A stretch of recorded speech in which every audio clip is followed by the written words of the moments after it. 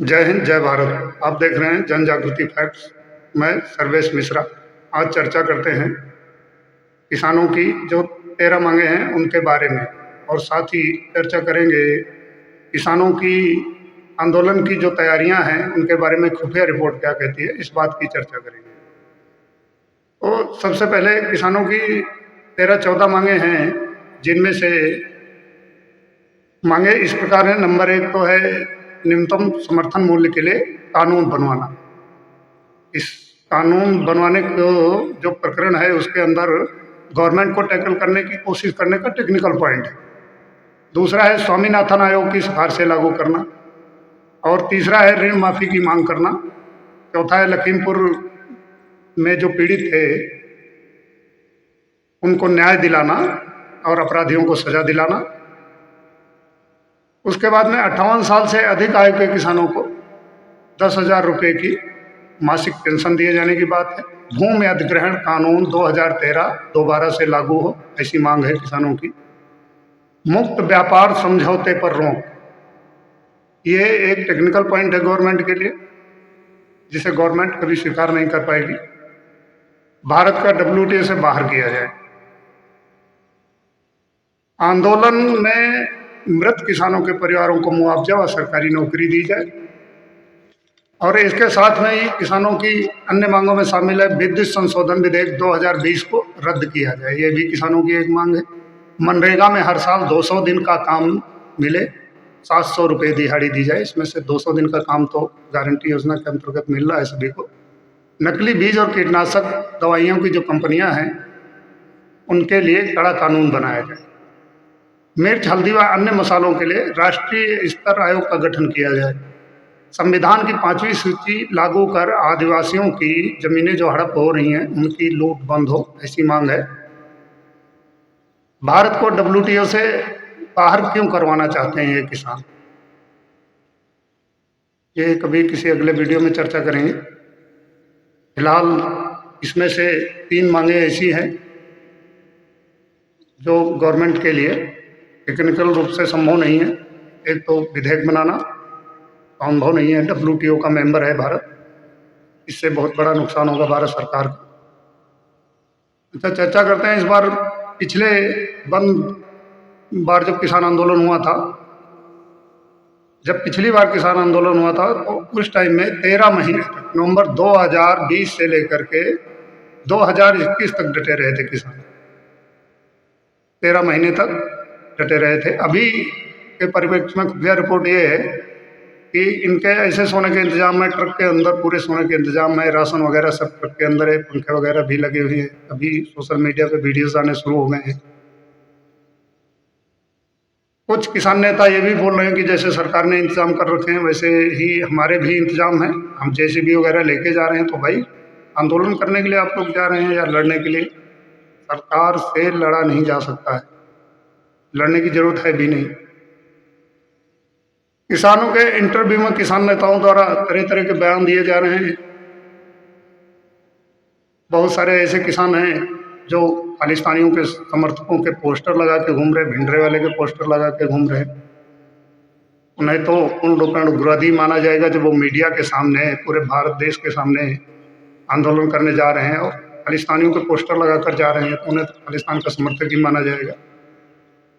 इसमें जो 95-98% किसान होंगे उनके लिए भी रास्ते मुश्किल हो जाएंगे।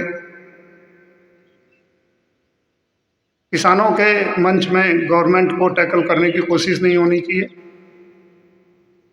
यहाँ भारत में सभी को अधिकार है प्रदर्शन करने का, अपनी मांगों के लिए गवर्नमेंट से बातचीत करने का, लेकिन उसके लिए भी कायदे कानून बने हुए किस तरह से किए जाएंगे। ये नहीं खालिस्तानियों के समर्थन में पोस्टर लगा के घूम रहे। अभी सोशल मीडिया पर धमाल शुरू हो चुका है, वीडियोज आने शुरू हो गए हैं। अभी सबसे पहले तो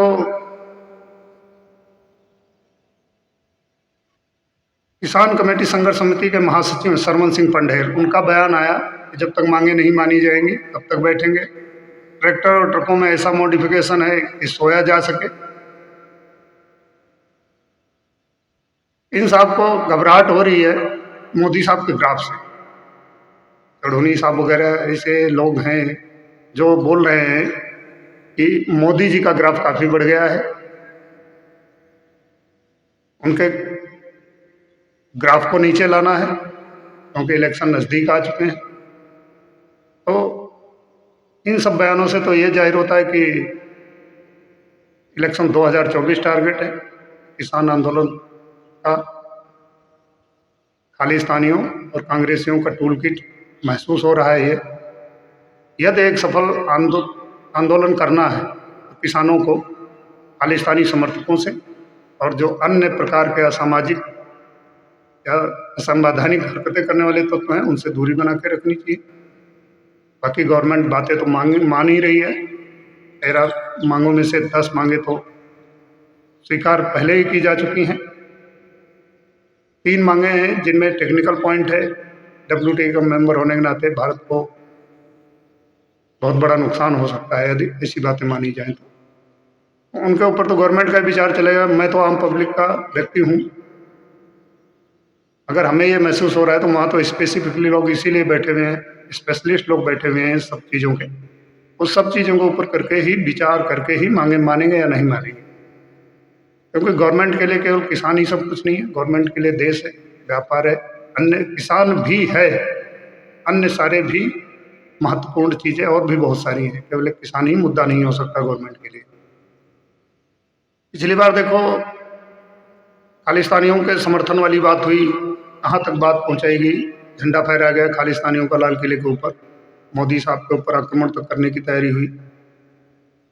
इस तरह की हरकत करके किसान क्या साबित करना चाहते हैं अपने आंदोलन में? मोदी साहब के ग्राफ को नीचे लाने से किसानों को क्या फायदा होगा? मोदी साहब का और देश का ग्राफ जब ऊपर जाएगा तभी किसानों को भी फायदा होगा, अन्यथा किसानों को कुछ नहीं फायदा होने वाला। यहाँ जो भारत के किसान हैं उनको भारत सरकार ही देगी जो कुछ देगी, कोई बाहर की सरकार कुछ नहीं देने वाली। तो इस तरह के वाकयात जो हैं किसान आंदोलन के लिए नुकसानदेह साबित होंगे। गवर्नमेंट ने भी पुख्ता व्यवस्थाएं कर रखी इस बार।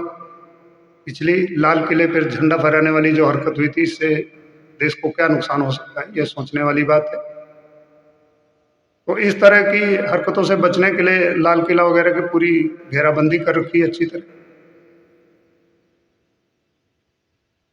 2-2 अवरोध लगाए गए हैं, उसके पीछे ट्रक और बसों की लाइन खड़ी है, उसके पीछे सब पूरे फोर्सेस वगैरह डिप्लॉयड है।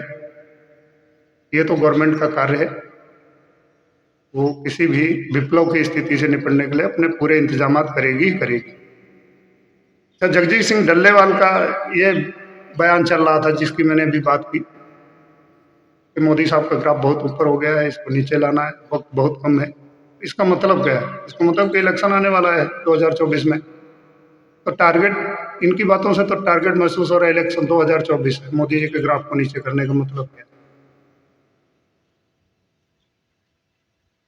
अभी इसमें इन मांगों में सबसे महत्वपूर्ण एक है मुद्दा जो WTO का मुद्दा है।